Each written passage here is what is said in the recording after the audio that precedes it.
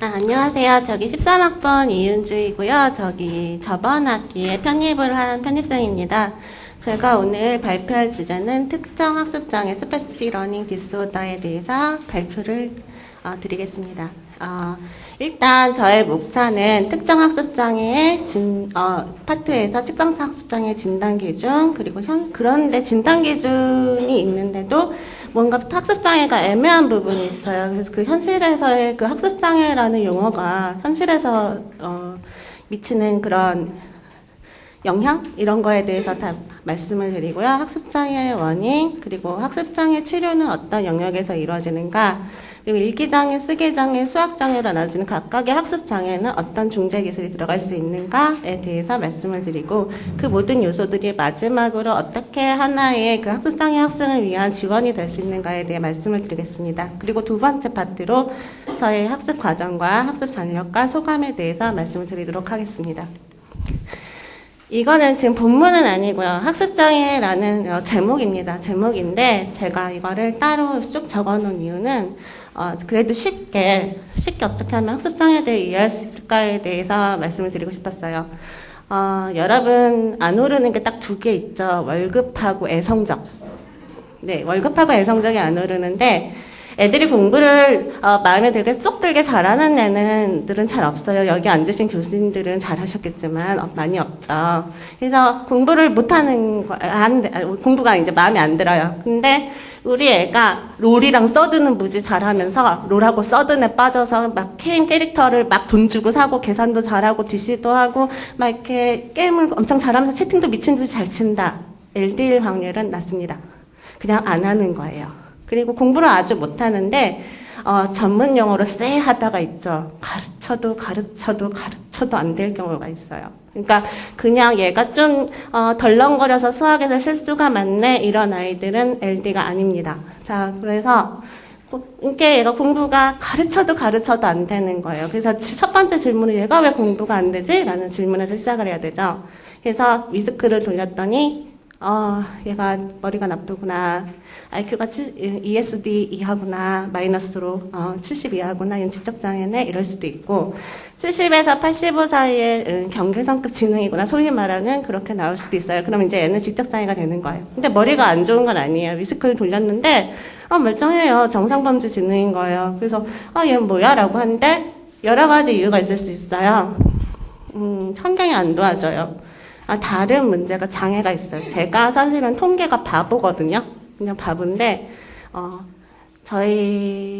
저 교수님께서 그랬어요. 내가 어떻게든 너를 통계를 가르쳐야 되는데 우리 교수님은 저를 아직 근데 제가 시각장애가 있거든요. 그래서 통계 수업을 듣다가 평생을 연구실에서 타당도만 연구하셨을 것 같은 통계 교수님한테 빵을 쳤습니다. 제가 눈이 안 보여서 코딩을 못하겠네요. 그러고 넘어간 적이 있어요. 근데 그거는 사실 아니에요. 왜냐하면 다른 얘기인데 하여튼 근데 다른 장애가 있어서 공부가 안 될 경우는 또 진단이 빠지고요.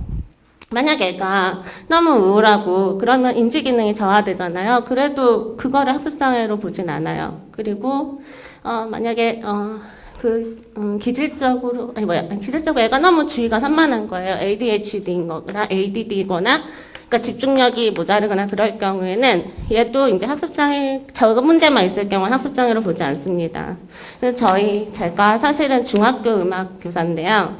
제가 지금 학교에서 상담복지부 업무를 맡아보고 있는데 예산이 남은 거예요. 그래서 상담 전문가 선생님을 모셔서 죽고 싶어하는 애 한 명이랑 손목 긋고 싶어하는 애 한 명이랑 상담을 의뢰하려고 하다가 한 명 더 해줄 수 있어서 물어봤더니 저희 학교에 그 부장 선생님 오시더니 우리 반에 난독증이 있대요. 난독증은 못 고치네요. 난독증은 상담으로 어려울 텐데요. 이랬어요. 그랬더니 그래? 근데 애가 적응도 안 되고 애들하고 관계도 따돌림이 심하고 너무 애가 힘들어한다는 거예요. 그래서 해주면 너무 좋겠는 거예요. 그러면 좀 이렇게 하는 게 좋겠다고. 그래서 엄마한테 전화를 했어요. 상담 어떻게 했냐고. 엄마 첫 마디가 우리 애 내버려 두세요 였어요. 그래서 되게 마음이 아팠는데 어떻게 보면 학습장애 애들이 겪을 수 있는 모든 문자를 겪고 있는 것 같아요. 그래서 어제 바로 그 일을 겪었어요. 그래서 속상하더라고요. DSM-5에서 특정 학습장애 진단 기준을 이렇게 말하고 있는데 다음에 열거되는 문제 중 하나 이상이 최소 6개월 이상 지속된다고 되어 있어요. 근데 이게 중간에 발병하는 건 아니에요. 이거는 발달 과정상의 문제이기 때문에 중간에 학습장애가 나타나서 갑자기 생기는 게 아니라 지속적으로 있던 문제인데 그냥 드러나는 거고 이게 일시적인 문제가 아니고 쭉 지속이 된다는 얘기입니다. 늦어하고 부정확하고 부자연스러운 읽기를 보이거나 읽은 것을 이해하는데 어려움을 보이거나 설정법에 어려움을 보이거나 쓰기에 어려움을 보이거나 숫자를 다루는데 어려움을 보이거나 수학적 추론에 어려움을 보이는 거가 하나 이상 6개월 이상 지속이 됐을 때 LD를 진단하는데요. 멀쩡하다 내가 우리 애 인테그랄도 잘 풀고 로그도 잘 풀고 잘 풀었는데 갑자기 저런다. 그거는 심각한 문제가 있을 수 있어요. 중추신경계에 갑자기 무슨 질환이 생겼을 수 있는 거죠. 그럴 땐 병원으로 달려가야 돼요. 그런데 그런 게 그러니까 이거를 쭉 지속되는 문제라는 걸 꼭 기억을 해주셔야 되고요. 문제가 되는 학습기술 수준이 개인의 생활연령, 지능, 교육 수준에서 기대되는 것보다 현저히 낮아야 돼요. 그러니까 얘가 IQ가 110인데 왜 이것만 안 되지? 이런 게 있어야 되고 분명히 얘한테 멀쩡한 교육을 다 정상적으로 제공하고 얘 환경도 괜찮은데 얘가 왜 안 되지? 이런 질문이 있어야 학습장애라는 겁니다. 이거 17세 이상의 경우에는 표준화된 풀밭들이를 실시하게 되어 있어요. 그 다음에 학습의 어려움이 학령기 동안에 시작되나 개인의 역량이 초과된 학습 기술이 요구되기 전까지는 온전히 드러나지 않을 수 있는데 이건 무슨 얘기냐면은 얘 학습장애 수준이 말돼가지고 초1이나 2학년까지는 변별이 안 될 수 있다는 거예요. 한 자릿수 덧셈이나 한 자릿수 뺄셈 잘하고 잘 넘어갔는데 3학년이 돼서 분수의 나눗셈, 분수의 곱셈이 나오면서 얘가 문제를 보이기 시작할 수 있다는 것입니다. 그래서 그 얘기고요. 학습의 어려움이 신체적 문제나 낮은 지능, 신경학적 장애, 부적절한 교육 환경 등으로 설명이 안 돼요. 만약에 쓰기장애인데 얘가 뇌성마비예요.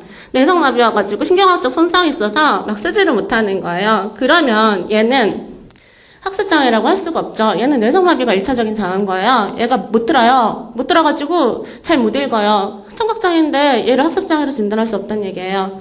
그리고 신경학적인 손상이 진짜 있어서 갑자기 얘가 인저리가 났어요. 그래가지고 얘가 막 이렇게 외상성 뇌손상 같이 돼가지고 그럼 그게 더 문제죠. 학습이 문제인 거예요. 일단 살아야죠. 그래서 그런 걸로 얘를 LD로 만들 수가 없다.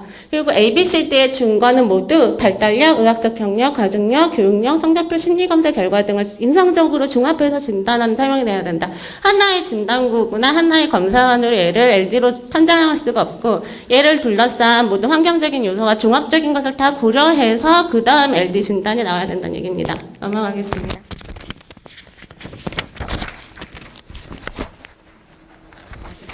하위 유형입니다. 하위 유형인데 옛날에는 이게 각각의 진단으로 나눠져 있었는데 이 하위 유형에서 DSM-5에서 같은 스페시피 안에 리딩과 그러니까 읽기, 그 다음에 written expression, 쓰기, 그 다음에 mathematics, 수학이 다 같이 하나의 학습장애 안에 들어가게 돼 있어요. 그래서 그 안에서 다시 세부적으로 얘가 단어를 모르나 읽기 속도나 유창성에 문제가 있나, 읽기 이해가 문제가 있나, 이런 식으로 하위 유형이 각각 나눠지게 돼 있는데, 이거는 보시면 아실 것 같고요. 그 다음에 읽기에만 문제가 있어야 돼요. 만약에 얘가 전반적으로 말, 소리나 음운 인식이나 음운 변별에 문제가 있어서 실제로 음성 언어까지 문제가 있다면 얘는 읽기 장애로는 진단을 할 수가 없죠. 그 장애가 더 우선이 되겠죠. 근데 평소에 말소리는 멀쩡하게 잘 하는데 그 읽기에 문제가 보일 경우를 읽기 장애로 진단을 하게 되고 나머지도 마찬가지입니다. 다른 공존병리 없이 쓰기에 문제가 있을 때,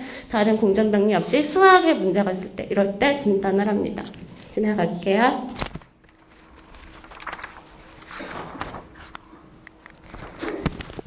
그래서 DSM-4에서는 읽기, 산술, 쓰기 장애가 따로 구분되어 있었는데 5로 오면서 하나의 진단하는 여러 가지 하위 유형으로 구분돼서 모두 병기합니다. 예를 들어 뭐 얘는 LD야, 위드 어쩌고 저쩌고 저쩌고, 위드 어쩌고 저쩌고 저쩌고 이렇게 쓸 수 있게 됐고요. 그 다음에 진단사의 유의점은 평가 도구를 유일한 근거로 사용할 수 없다는 거예요. 물론 진단 도구를 사용을 하는데 이 결과만 가지고 얘는 위스크가 110인데 공부가 안 되는 얘 LD다라고 할 수가 없다는 거예요. 그래서 모든 요소를 종합적으로 고려해라. 그리고 17세 이상에는 어떤 종합 심리평가를 실시해라 라고 하고 ADHD나 무드 디스오더하고 감별하는 것도 중요한데 잊지 않으셔야 될 것은 얘네가 ADHD나 공존병리랑 그 무드 디스오더랑 공존될 가능성도 높다는 거예요. 그래서 그 각각의 진단과의 공존 여부도 잊지 않고 탐색하고 하나를 잊어버리시거나 휙 지나가시면 안 된다는 얘기입니다. 그래서 진단 도구로는 일단 스크리닝 검사로 한국판 학습장애 평가 척도랑 키잭 학습장애 선별 검사를 사용할 수 있고요. 기본적으로 지능 검사는 많이들 들으신 위스크4를 사용하시면 되고 학업성 치도 검사나 언어 치료사들이나 이런 특수교사들이 많이 사용하는 인지 처리 검사, 신경과 쪽의 검사들을 같이 활용해서 진단을 할 수 있습니다. 그리고 학습장애를 바라보는 다른 관점으로는 DSM에서는 러닝 디스오더라고 이제 돼 있고요. 근데 교육부, 그러니까 미국 IDA 장애인 교육법이나 여러 교육부 자료에는 다 러닝 디서빌리티라고 돼 있어요. 근데 제가 이게 의구심이 들긴 했는데 이거 어떻게 왜 이러지? 라고 생각은 했는데 디스오더는 어찌됐건 뭔가 혼란되어 있는 상태니까 중재를 해야 될 것 같고 디서빌리티는 뭔가 굳어진 장애 같은 개념이잖아요. 그렇긴 한데 이 두 집단의 차이가 뭘까 아무리 봤지만 사실 비슷해 보여요. 비슷해 보이고 조금 차이가 있다면 이제 밑에 써놨지만 있긴 있지만 하여튼 그래서 제 생각에는 두 개가 다 사용되는 용어인데 의학 쪽에서 접근하느냐 교육 쪽에서 접근하느냐의 차이가 있는 것 같습니다.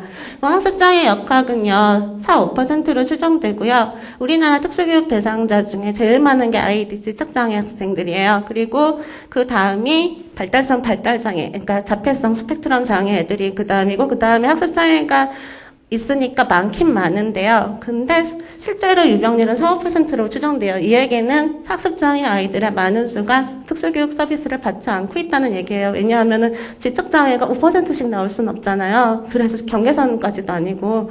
그래서 그럼에도 불구하고 4~5%로 추정된다고 함에도 불구하고 실제로 특수교육 서비스를 받는 LD 애들이 많긴 하지만 그게 다 서비스 안에 들어와 있는 건 아니다라는 말씀을 드리고 싶고요. 자, 근데 남자가 여자의 2~3배라고 알려져 있습니다. 그리고 절반의 경우에 ADHD가 동반된다고 알려져 있어요. 그래서 학습장애 진단의 모호성이 나오게 되는데 왜냐하면 미국 IDA는 장애인 교육법이거든요. 그래서 학교에서 현장에서 70에서 85 사이의 지능을 보이는 애들이 분명히 학습에 문제가 있는데 지금 저 법상 쟤네를 무슨 장애라고 명명할 수 있는 근거가 아무것도 없나 봐요. 그러니까 얘네가 학습장애가 아님에도 불구하고 딱하니 서류를 LD로 만들어 놓는 거예요. 그리고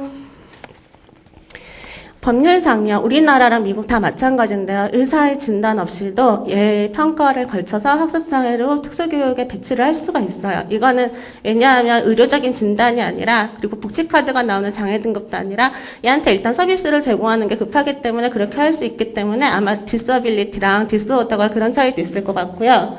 그다음에 애가 학습에 완전히 실패해서 LD가 되기 전에 사실은 중재를 개입해서 얘를 공부를 멀쩡하게 할 수 있게 만들어주는 게 사실은 더 중요하죠. 그래서 일단 중재부터 들어가게 돼 있습니다. 그래서 그런 것도 있을 테고요.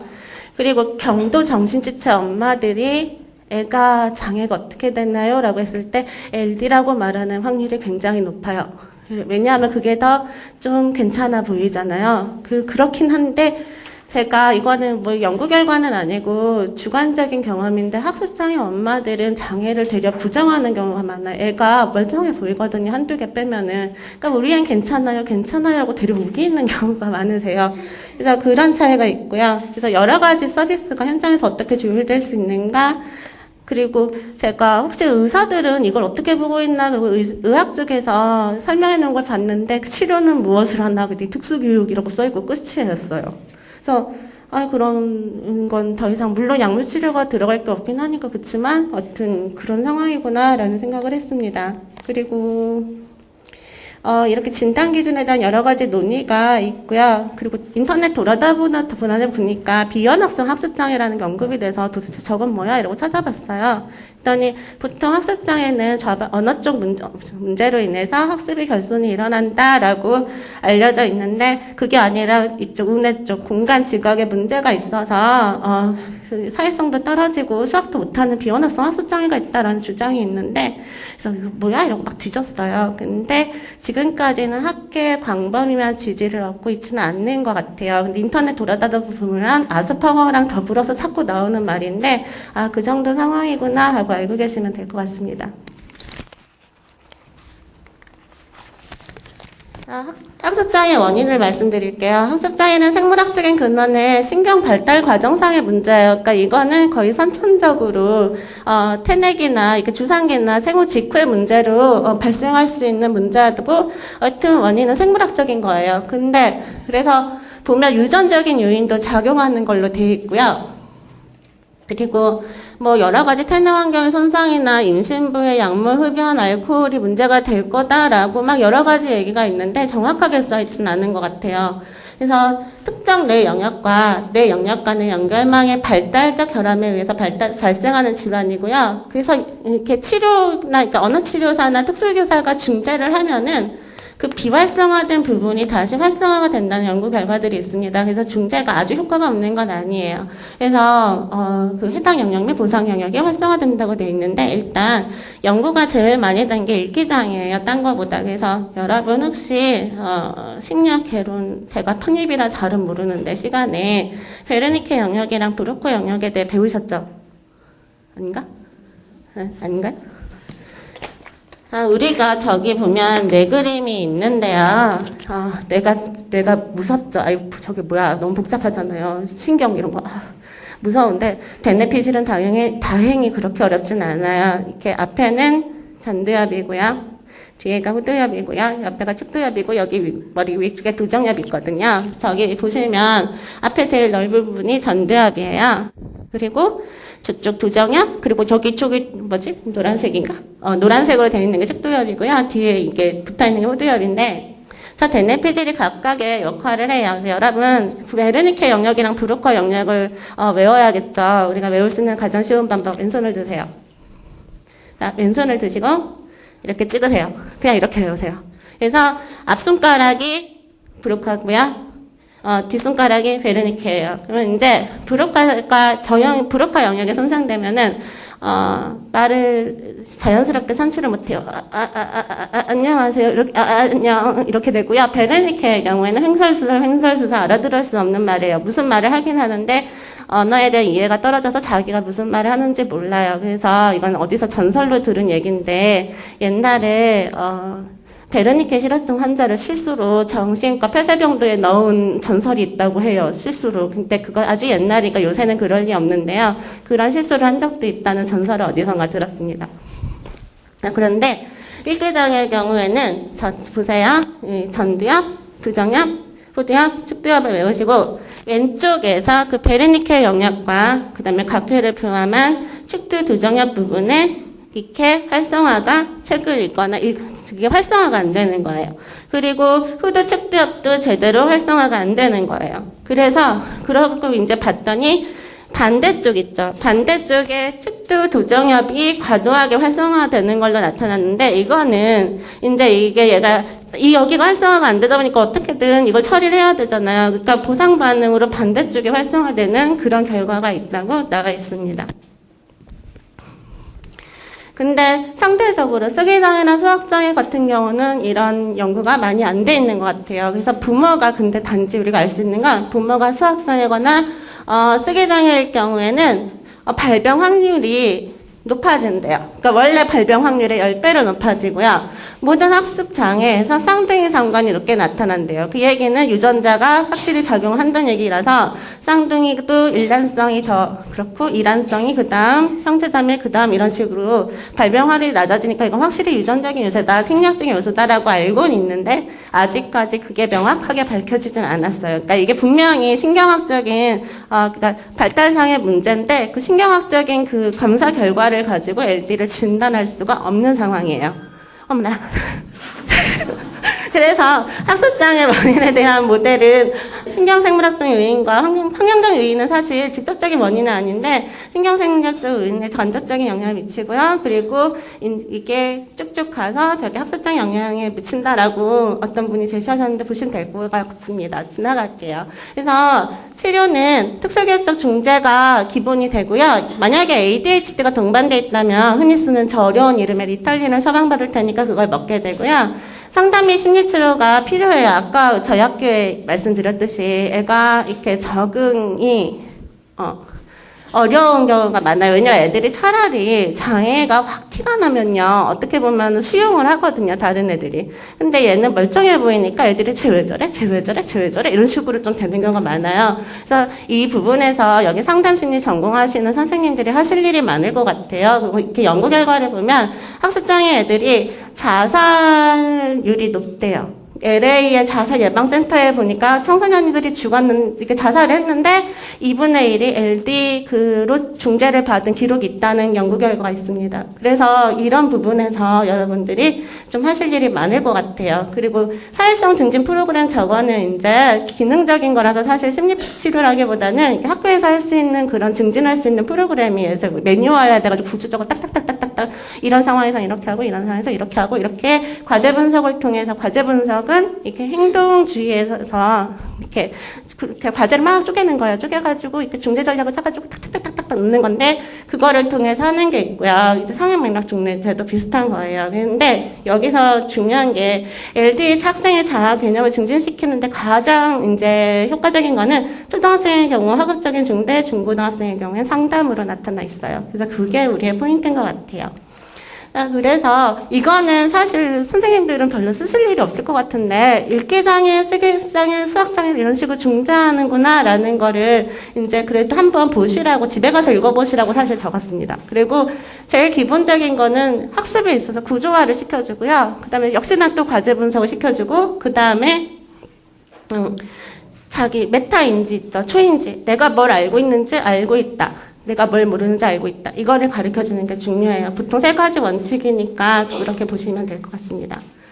그래서 이렇게 의료적인 중재 그리고 사회성 증진 프로그램 그리고 심리상담 이렇게 상담 프로그램과 여러 가지 그 약물이 만약에 ADHD 같은 게 동반돼 있거나 불안하거나 우울해서 동반돼 있다면 그 의료적인 중재까지 같이 들어가게 됩니다.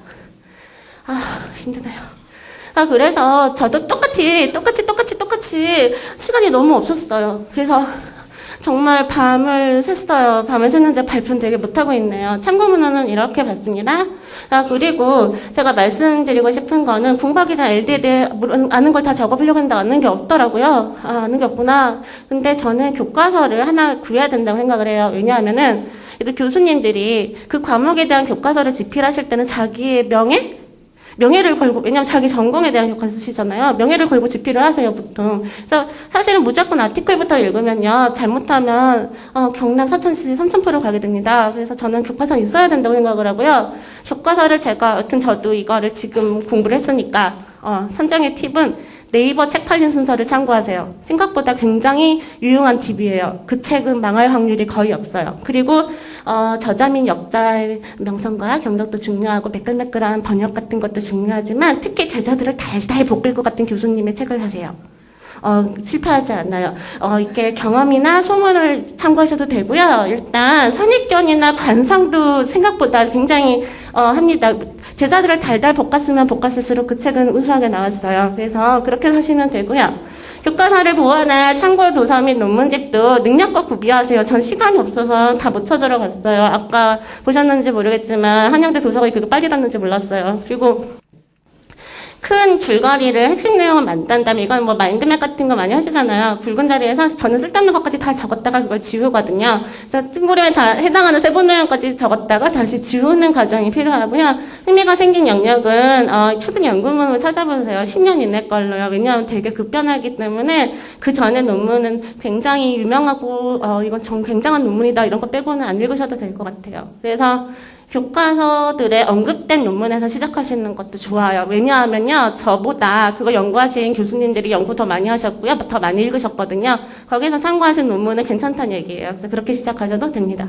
영어랑 통계가 되면 금상첨화겠지만 저는 못했어요. 자, 그래서 이게 인지심리학에 기반한 학습 전략을 세워보려고 했는데 제가 생각하기엔 그래요. 공부는 계속 확산돼서 지식을 쌓지만 그게 다시 축약되는 과정의 반복이고 그 스키마가 점점 변형되는 과정을 이렇게 자기가 함으로써 이렇게 변해가는 학문도 변해가잖아요. 그 변해가는 학문에서 새로운 지식을 습득하고 거기 붙이고 다시 제거했다가 붙이는 과정이 반복돼야 된다고 생각을 합니다. 그래서 여러분이 공부를 하실 때 사실 시험이 끝나면 홀라당 다 까먹잖아요. 근데 이 공부가 끝난 다음 10년 후에라도 내가 스키마로 남아서 딱 알고 있어야 되는 것은 무엇인가를 생각하셔야 될 것 같고요.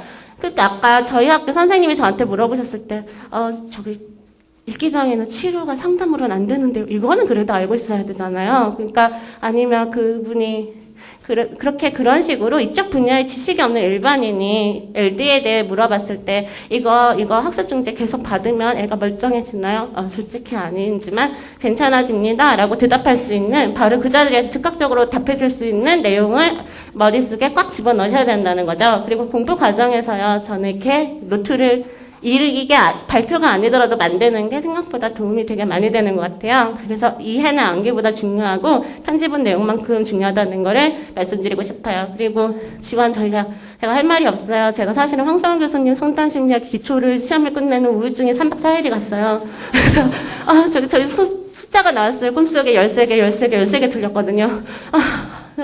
그래가지고 정말 그게 제가 합판 같은 회복 탄력성이라 정말 힘들었는데 그러고 바로 이거 준비를 했거든요. 그래서 제 생각에 공부를 가장 제일 오래 하게 만드는 건 명예욕도 아니고요, 돈도 아니고요. 저희 나이에 무슨 명예랑 돈이에요. 재미입니다. 그래서 내적 동기가 여러분의 공부에 제일 큰 힘이 될 거라고 믿습니다. 메타 인지 전략은 언제나 지금 학습장애 애들한테도 유용하지만 내가 뭘 아는지 내가 뭘 모르는지 아는 거는 굉장히 중요합니다. 그래서 최종 소감은 저도 똑같네요. 직장인이라 공부하다 말았습니다. 죄송합니다. 네, 발표 마치겠습니다.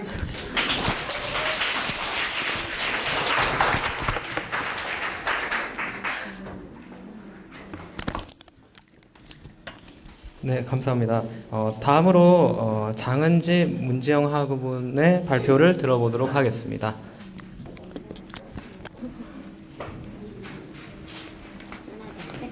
안녕하세요.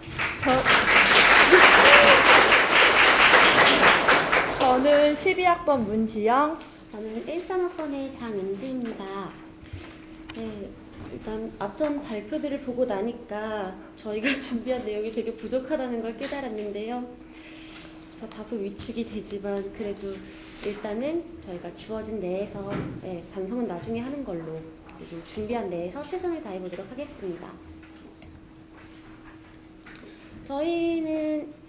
저희가 준비한 내용은 아까 제가 제목에 말씀을 안 드렸네요. 로샤 검사에서 나타난 음영 반응의 특징과 의미에 대해서 말씀을 드릴 건데요. 사실 주제는 제가 처음에 골랐는데 이 로샤 검사는 우리 학교의 심리검사와 평가 2라는 과목에서 다뤄지는 내용입니다. 근데 제가 사실 아직 심평2를 듣지를 않았는데요. 예전에 임상심리학에서 간단하게 로샤 검사에 대해서 다루어진 부분을 보고 흥미로워서 주제를 정하게 됐는데요. 생각보다 이제 계속 보다 보니까 내용이 굉장히 방대한 편이더라고요. 그래서 우리가 음영 반응에 대해서만 말씀을 드리자 하니 너무 준비가 안 될 것 같고 앞뒤를 다 내용을 담자니 너무 내용이 많아져서 일단 최대한 저희가 발표하고자 하는 내용 위주로 간단하게 추려봤습니다. 그래서 로샤 검사의 창시자 그리고 로샤 검사에 대해서 말씀드리는 부분은 제가 발표를 맡게 될 거고요. 그리고 결정인, 음영 결정인에 대해서 좀 더 디테일한 내용은 여기 문지영 학우분께서 해 주실 예정입니다. 먼저 로샤 검사의 창시자 헤르만 로샤인데요. 읽는 방식에 따라서 로샤라고도 읽고 로르샤흐라고도 하는데요. 저희는 로샤라고 통일해서 말씀드리겠습니다. 헤르만 로샤는 스위스의 정신과학자입니다. 어릴 때부터 미술적 재능을 가지고 있는 것으로 알려져 있는데요. 교사인 친구가 학교에서 잉크 반점 놀이를 할 때 학생들 학급에서의 문제 행동이 줄어든다는 것을 발견을 했고요. 그래서 그 이후로 1911년부터 로샤가 그 친구와 함께 잉크 반점을 만들고 개발하면서 다양한 연구를 통해 1921년 로샤 검사를 출판하게 됩니다. 그래서 로샤 검사라는 건 여기 화면에 보시는 바와 같이 애매한 10가지의 그림, 잉크 반점이죠. 네, 이게 명백한 어떤 대상이나 사물을 나타내고 있지 않기 때문에 사람들은 각자 다양한 반응을 나타낸다는 건데요. 안녕하세요. 저 혹시 한번 여쭤볼게요. 첫 번째 그림 혹시 뭘로 보이세요? 여기, 요 그림? 네. 네? 사막여우. 혹시 다르게 보이는 분 안 계세요? 뭘로 보이세요? 웃고 있는 악마. 그럼 혹시 뭘로 처음에 지영하구님은 뭘로 봤다고 하셨죠? 네, 저는 처음에 이 그림 보고 가면으로 봤어요. 네, 이렇게 다들 약간 비슷한 것 같으면서도 되게 한 그림을 가지고 다양하게 보고 있죠. 네, 이렇게 사람마다 같은 그림을 다르게 보게 되는 걸 자신의 무의식을 투사한 것으로 보는 건데요. 그래서 투사적 성격을 가진 심리 검사가 로샤 검사입니다. 실시 절차는 크게 4단계로 되어 있는데요. 먼저 준비 단계가 있고 시행, 이 10개의 그림을 제시하면서 어떻게 보이는지 묻는 거죠. 그러면 반응 있겠죠. 어떻게 보인다, 뭐로 보인다. 그러면 그렇게 10개의 그림을 한번 반응을 받고 그 다음에 다시 첫 번째부터 10개의 그림을 다시 제시하면서 그 반응에 대해서 더 디테일하게 질문을 하면서 이제 그걸 가지고 부호화라는 것을 하게 됩니다. 그래서 부호화는 무엇인가? 제가 임상심리학 과목을 들을 때 황 교수님께서 써주신 그 표현을 빌려오면 피검자의 자연 언어를 로샤 언어로 번역하는 과정이라고 말씀을 해주셨습니다. 그래서 사람마다 반응이 엄청 다양할 텐데요. 이걸 범주화하고 해석하기 위해서 부호화를 하게 되는 거죠. 그리고 이 부호화를 하는 데는 보시는 바와 같이 9대 요소가 있는데요.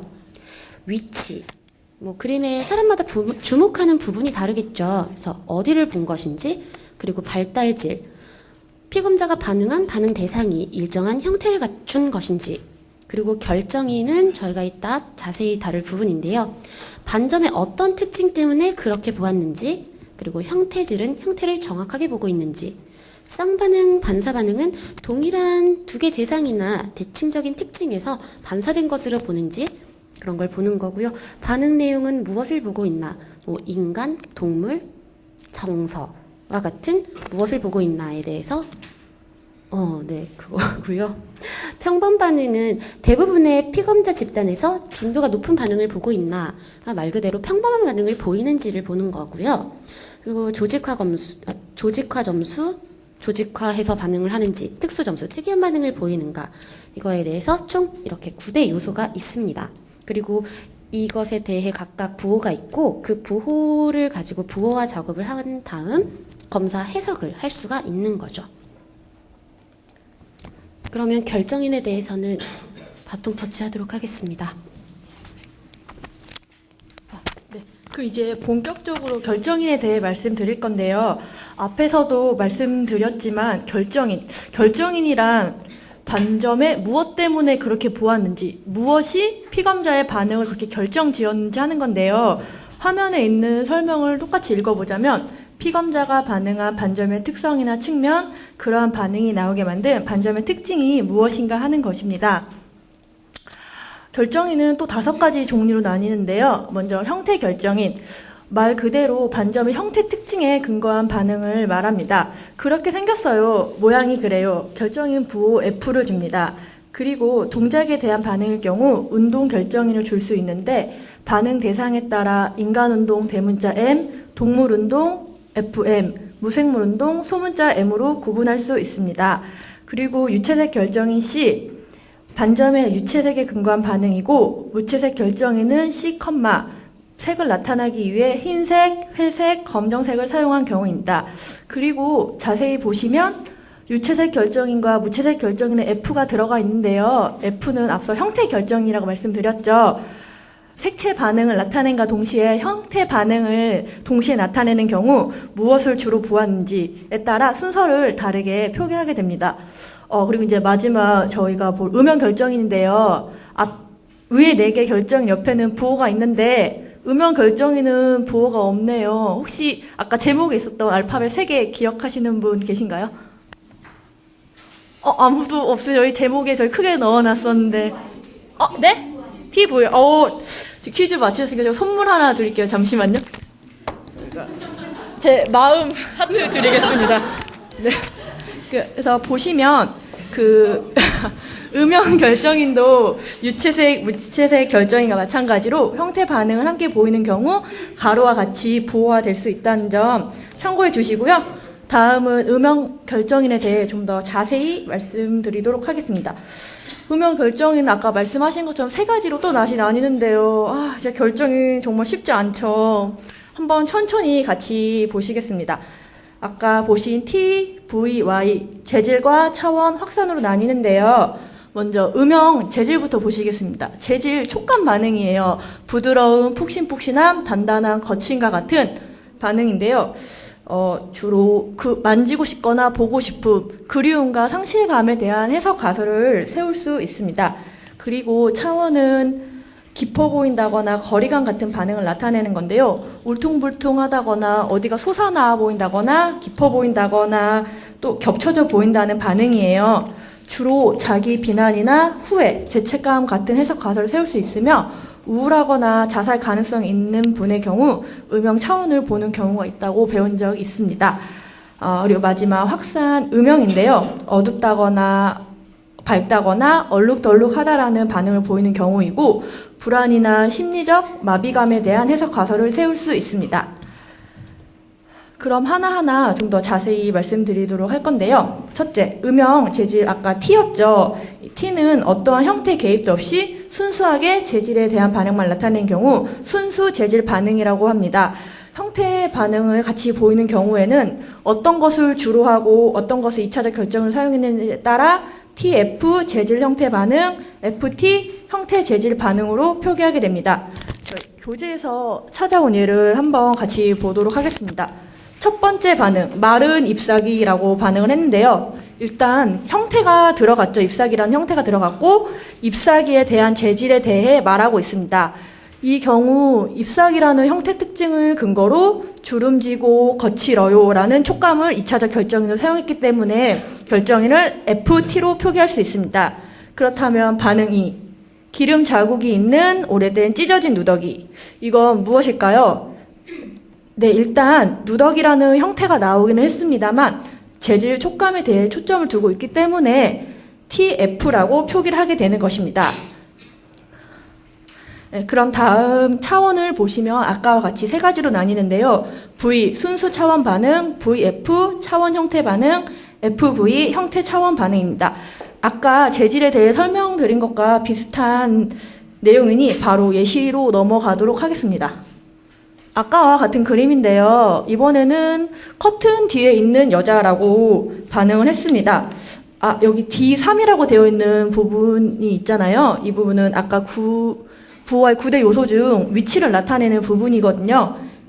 그냥 저희는 간단히 넘어가도록 하겠습니다. 일단 여기 여자라는 사람의 형태를 보았죠. 그리고 커튼 뒤에 있다는 점에서 약간 거리감도 있는 것 같아요. 그럼 다 VF나 FV 둘 중 하나일 것 같은데 맞은 정답은 FV입니다. 그 사람이라는 형태를 주로 보았고 그 사람이 커튼 뒤에 있다는 점에서 FV로 표기할 수 있고요. 이 부분이 저희 많이 어려워서 예시를 많이 보면서 부호하는 연습을 많이 연습했거든요. 네. 그리고 이제 음영 결정의 마지막 음영 확산을 보시겠습니다. 음영 역시 음영만을 보는지 형태 특징을 보는지 본다면 무엇을 주로 보는지에 따라 세 가지 표시법이 있고요. 다시 예시를 보시면 이번에는 골반 엑스레이라고 반응을 했는데요. 이거 혹시 누구 맞춰보실 수 있으신 분 계신가요? 아까 상품이 요거여서 지금 반응이 별로 안 좋으신 것 같은데 저희 답 바로 보여드릴게요. 답은 FY고요. 일단 골반이라는 형태를 먼저 보았고 그 엑스레이처럼 검다는 걸 2차적 결정인으로 사용했기 때문입니다. 그리고 다음 반응은 잉크라고 했는데요. 잉크가 검은 것처럼 모두 어두워요라고 반응을 했습니다. 이거는 답이 Y로 Y라는 순수 음영 결정을 줄 수 있는데요. 형태, 재질, 차원의 개입이 없이 음영에만 근거한 반응이라는 거예요. 만약 이게 잉크가 아니라 잉크병이라고 답을 했으면 잉크병이라는 형태를 본다고 할 수 있겠지만 잉크는 사실 어떤 형태가 있는 것은 아니잖아요. 그래서 이거는 결과적으로 순수 음영 반응 Y라고 할 수 있습니다. 네, 짧지만 여기까지가 저희가 준비한 내용이고요. 지금까지 로샤 검사에서 나타난 음영 반응의 특징과 의미에 대한 걸 살펴봤는데 저희가 너무 급하게 해서 좀 이해가 많이 안 되시거나 듣기에 힘드시지 않으셨나 약간 걱정이 되네요. 네. 사실 저희가 아까 앞서 이제 발표들을 보면서 느낀 건데 저희가 정말 학습 전략이라는 게 많이 내용이 좀 의도했던 것처럼 잘 짜여지지는 않아서 좀 걱정이 되는데요. 사실 저는 앞서 말씀드렸었지만 저는 신평2를 수강을 하지 않은 상태이기 때문에 먼저 신평2를 수강했던 이제 선배이자 친구인 지영 학우님의 도움을 많이 받아서 공부를 하면서 이제 해당 자료를 준비를 하게 됐습니다. 사실 전략이라 할 만한 게 정말 좀 어려운 부분인데요. 이게 앞서 저희가 예시를 들어서 보여드렸는데요. FY, YF 그리고 그 형태를 같이 죄송해요. 형태를 같이 본 것들이 이제 뭐라 해야 되지? 형태를 같이 본 건 알겠는데 그게 형태를 먼저 주로 본 것인지 혹은 재질, 음영, 그 어떤 것을 먼저 본 것인지에 대해서 2차적 결정인과 주로 본 것에 대한 구분이 사실 좀 많이 어렵더라고요. 그래서 저희 아까 보신 것처럼 그렇게 예시를 많이 살펴봤는데요. 저희가 참고한 책은 학지사에서 나온 아동 청소년 로샤의 이론과 실제라는 책을 많이 참고를 하게 됐는데 이런 교재를 보시면 굉장히 많은 예시가 나와 있어요.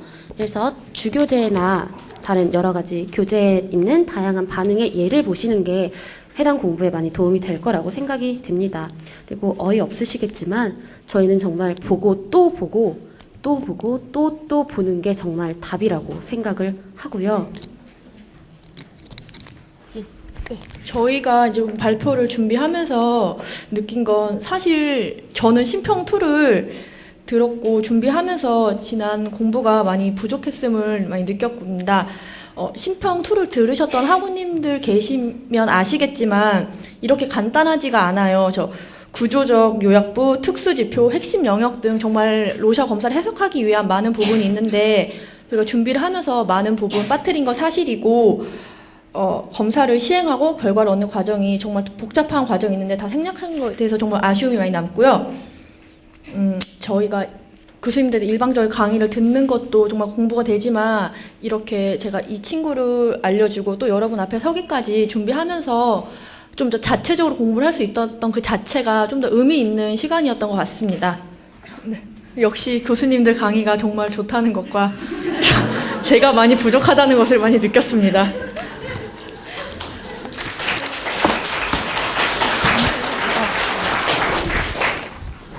네, 감사합니다. 다음으로 오승호 학우님의 발표를 들어보도록 하겠습니다. 안녕하세요.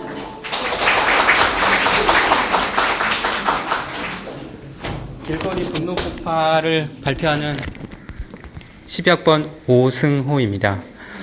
많이 지루하시죠?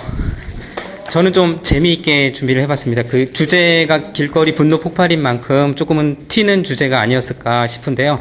저도 처음에 준비를 하다 보니까 엄청나게 이 방대한 내용이라는 거를 알았어요. 그러니까 처음에는 좀 만만하게 봤는데 그렇지 않고 이 분노라는 거 정서적인 부분이잖아요. 근데 정서적인 부분인데 이 정서적인 부분을 또 어떤 사고적인 영역에서도 풀어야 되고, 그리고 또 이제 분노 폭발이면 행동적인 부분입니다. 그러니까 정서, 인지, 행동 다 들어가 있는 거죠.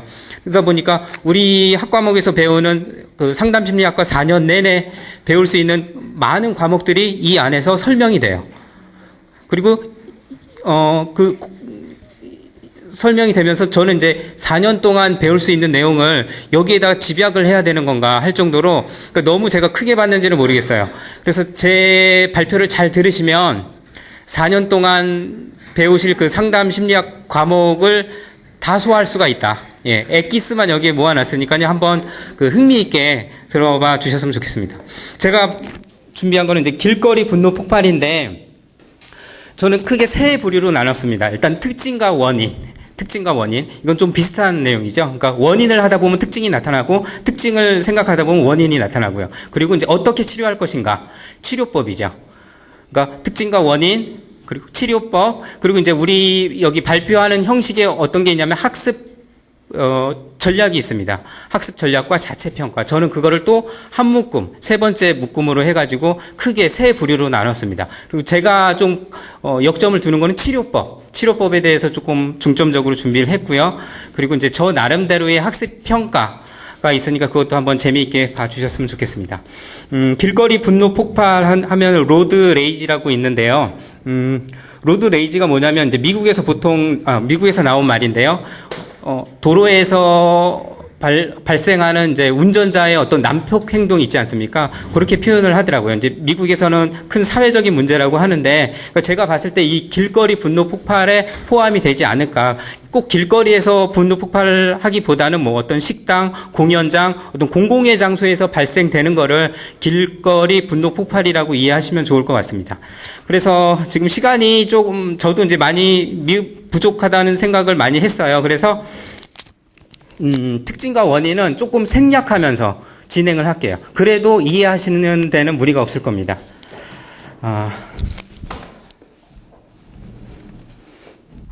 정의를 보시면, 분노를 보시면요, 여러 가지 부정적인 변화를 촉발하는 감정적 과부하 상태. 그러니까 욱하고 치미는 성질을 조절하지 못하는 거죠. 분노가 그렇고요. 이제 로드레이지는 아까 설명드린 대로 이제 운전자의 난폭 행동입니다. 그리고 이제 분노와 분노 폭발을 조금 구분을 할 필요가 있겠죠. 간단하게 보시면 분노는 행동이 포함되지 않은 거라고 보시면 되고, 분노 폭발은 행동이 포함됐다고 보시면 됩니다. 그래서 분노는 비폭발 분노, 화, 증오, 짜증. 근데 이제 화를 터뜨리기, 겉으로 보이기 일보 직전이에요. 근데 어떻게 해서 좀 막은 상태. 근데 이제 분노 폭발은 쉽게 예를 들면 화산 폭발. 딱 떠오르시죠? 그래서 어떤 분노가 표출이 돼야 되고, 행동으로 나타나야 되고, 겉으로 보여져야 되는 거죠. 그걸 분노 폭발이라고 하죠. 근데 이제 분노와 분노 폭발을 크게 구별을 하기보다는 이제 제가 이제 분노하고 분노 폭발을 같이 묶어서 발표를 하게 될 것 같습니다. 그러면 지금 이거는 뭐냐면 다른 분노에 대한 정의입니다. 앞에서는 분노를 어떤 병리적인 증상으로 봐가지고 분노 표출을 막으려고, 분노 표출하지 말라고 정의를 내렸다고 하면, 여기는 반대입니다. 분노해라. 예, 왜 분노하지 않는, 지금 여기 목록은요, 책 제목입니다. 그러니까 분노하라고 하는 그 내용도 상당히 많다는 거. 우리는 분노하면 안 된다고 하지만 여기서는 뭐냐면 분노해라. 왜, 한번 읽어볼까요? 왜 분노하지 않는가? 왕처럼 화내라. 분노 없는 시대. 그러니까 요즘 시대가 분노가 있을까요? 없을까요? 분노가 없는 시대, 그리고 정당한 분노가 정당하다고 하는 겁니다. 아까하고 대비하시면 이제 안 되죠. 이거는 따로 보셔야 됩니다. 분노로부터의 자유, 아름다운 분노가 아름다울 수도 있다고 하는 거죠. 그래서 저는 이 책 제목을 쓰면서 아까 분노하고는 구별을 하면서 이제 제가 나름대로 제목을 지은 게 공동의 선, 어떤 사회 정의를 실현하는 의미로서의 분노도 있지 않을까라는 생각을 해서 잠깐 짚어봤고요. 그럼 지금부터 특징에 대해서 알아보겠습니다. 일단 자신도 모르게 폭발하는 성질이죠. 그러면서 딴 사람이 된 것처럼 말하고 행동합니다. 본인도 어떻게 할 수가 없어요. 그리고 이제 커져가는 형대병이라고 하는데요. 5명 중에 1명이 통제 불가능한 분노를 경험한다고 합니다. 5명 중에 1명이면 지금 여기에서 한 50명 정도 계시나요? 그럼 여기서 한 10분 정도, 20% 정도가 분노를 경험한다고 하는 겁니다. 전 세계 인구의 20%예요. 그러니까 이게 납득이 안 가시겠지만 이 책의 저자도 이제 임상 심리학자였거든요. 근데 소도시에 있으면서 한 인구가 10만 될까 만 명인지 저도 잘 모르겠는데요. 자기가 실제로 느끼는 건 진짜 분노 폭발 내가 느끼는 거는 오히려 5명 중에 1명이 넘겠다. 최소한 5명 중에 1명이겠다고 하는 거예요. 단순히 분노가 아니고 분노 폭발적인 의미를 담습니다. 여기서는. 예. 그래서 지금 우리가 상담 심리학 공부를 하지만 지금 다 이렇게 점잖으시지만은 이 중에 한 20%는 분노 폭발을 하신다는 거죠. 그게 이제 여기서는 괜찮으시지만 가정에 가셔가지고는 다를 수 있다는 거예요. 가정이나 다른 환경 속에서는. 그리고 분노는 변신이다. 예. 그러니까 아까 맨 위에 칸에서 나온 것처럼 마치 딴 사람이 된 것처럼 말하고 행동한다는 겁니다. 그리고 계속해서 특징입니다. 특징을 유형별로 봤는데요. 제가 살펴본 책 중에서는 유형별로 나온 책이 거의 없어요. 근데 이제 유형별로 나오는 게 저한테 딱 와 닿은 게 뭐냐면 이해가 쉬워요. 그러니까 지금 용어들이 있지만 용어들이 그렇게 중요한 거 아닙니다. 그러니까 용어에 너무 집착하지 마시고 다만 이해하는데 감을 잡는 데는 지금 여기 용어가 되게 도움을 주기 때문에 제가 유형별로 특징을 나눠봤습니다. 첫 번째 돌발성 분노는 갑자기 튀어나오는 분노라고 보시면 되고요. 지금 여기에서 나오는 분노는 분노 폭발이라고 이해하셔도 될 것 같아요. 잠재적 분노는 잠재되어 있다. 꾹 눌려 억압하고 있다가 갑자기 터지는 거고요. 그러니까 지금 여기 6가지는 뭐냐면 다 분노 폭발이에요. 분노 폭발인데 약간 성격이 다른 거죠. 세 번째 생존성 본능은 위험할 때, 내 생명이 위험하다고 생각됐을 때 생존성 분노가 표출이 되고요. 네 번째, 체념성 분노. 이거는 이제 자포자기한 상태에서 있다가 폭발을 하는 거죠. 5번째, 수치심에서 비롯된 분노. 5번째, 버림받음에서 비롯된 분노가 있습니다. 조금 세부적으로 볼게요. 돌발성 분노는 예상치 못할 때 갑자기 나타나는 거고요. 예측 불가능한 변신 같은 겁니다. 그리고 맨 아래줄 보시면 이제 화가 너무 심하게 치밀어서 다른 사람을 정말 해치거나 죽일까봐 스스로 좀 걱정을 하는 형태가 돌발성 분노입니다. 그리고 두 번째 잠재성 분노는 맨 위에 줄이요. 특정 개인이나 집단에 대해 오랫동안 분노가 축적되었을 때 나타난다고 볼 수 있고요. 맨 아래 줄이요. 분노 통제. 그러니까 자신의 분노를 추적하는데 많은 노력을 기울입니다. 그러면서 그 표현을 통제하려고 하고요. 생존성 분노, 이제 육체적인 위험에 대해서 걱정을 하는 거고요. 맨 아래 그 화살표 보시면 생존성 분노 증상을 보이는 사람들 중 거의 대부분이 살아오는 동안 이제 생명이 심각하게 위험했던 어떤 그런 과거의 경험이 있다는 겁니다. 그리고 네 번째 체념성 분노, 이제 상황을 변화시킬 힘이 없다고 생각을 해요. 그래서 맨 아래에서 두 번째 그 화살표를 보시면 바로 무력감입니다. 그리고 무망감. 체념성 분노는 자신에게 중요한 상황을 통제할 수 없을 때 느끼는 무력감에 의해 촉발되는 엄청난 분노라고 할 수 있겠습니다. 그리고 5번째, 수치심에서 오는 분노입니다. 제가 신문 기사를 땄는데요. 중간쯤에 보시면 기혁 씨는 4년 전 이혼하고 전처에게 생활비를 보냈지만 전처와 아들이 연락이 닿지 않자 자신을 무시한다고 생각해 살해하겠다고 학교로 간 것으로 밝혀졌다. 그러니까 뭐냐면 수치심에 비롯된 분노의 핵심 키워드는 이제 자기를 무시한다는 거죠. 무시한다고 생각을 했을 때 이제 분노가 폭발을 하는 거죠. 근데 맨 아래줄 보시면 경찰에게 붙잡힌 기혁 씨는 아저씨들이 빨리 안 왔으면 살인이 났을 것이다. 고맙다고 말했습니다. 천천히 보시면 위에 문장하고 아래 문장하고 말이 안 돼요. 위에 문장은 아들을 죽이려고 그랬어요. 근데 아래 문장은 아저씨들이 나를 막은 거거든요. 아저씨들이 빨리 와서 살인이 난 거를 막았단 말이에요. 그래서 고마워요. 그러니까 앞에 행동하고 뒤에 행동하고 다르죠. 왜 그럴까요? 술이 깨서 그럴까요? 예, 그렇지 않습니다. 그러니까 물론 그럴 수도 있는데요. 이 분노 폭발의 특징 중에 하나는 기억을 못해요. 기억을 못하고 이제 분노에 따라서 일시적으로 기억 상실이 이루어지는 경우가 많습니다. 해리성 기억 상실이라고 보셔도 되고요. 뭐 레이지 블랙 아웃이라고도 하고요. 그래서 술도 분명히 기인을 했겠지만은 어떤 분노 폭발하는 사람들이 분노 폭발을 하고서 나서는 내가 왜 그랬지? 내가 미쳤나 봐. 그런 식으로 지금 여기서도 보시면 살인이 났을 거라고 걱정을 했고 고맙다고 했습니다. 그래서 아까 맨 처음에서도 자기 행동에 대해서 내가 어찌할지 몰라가지고 두려워하는 유형이 많다는 겁니다.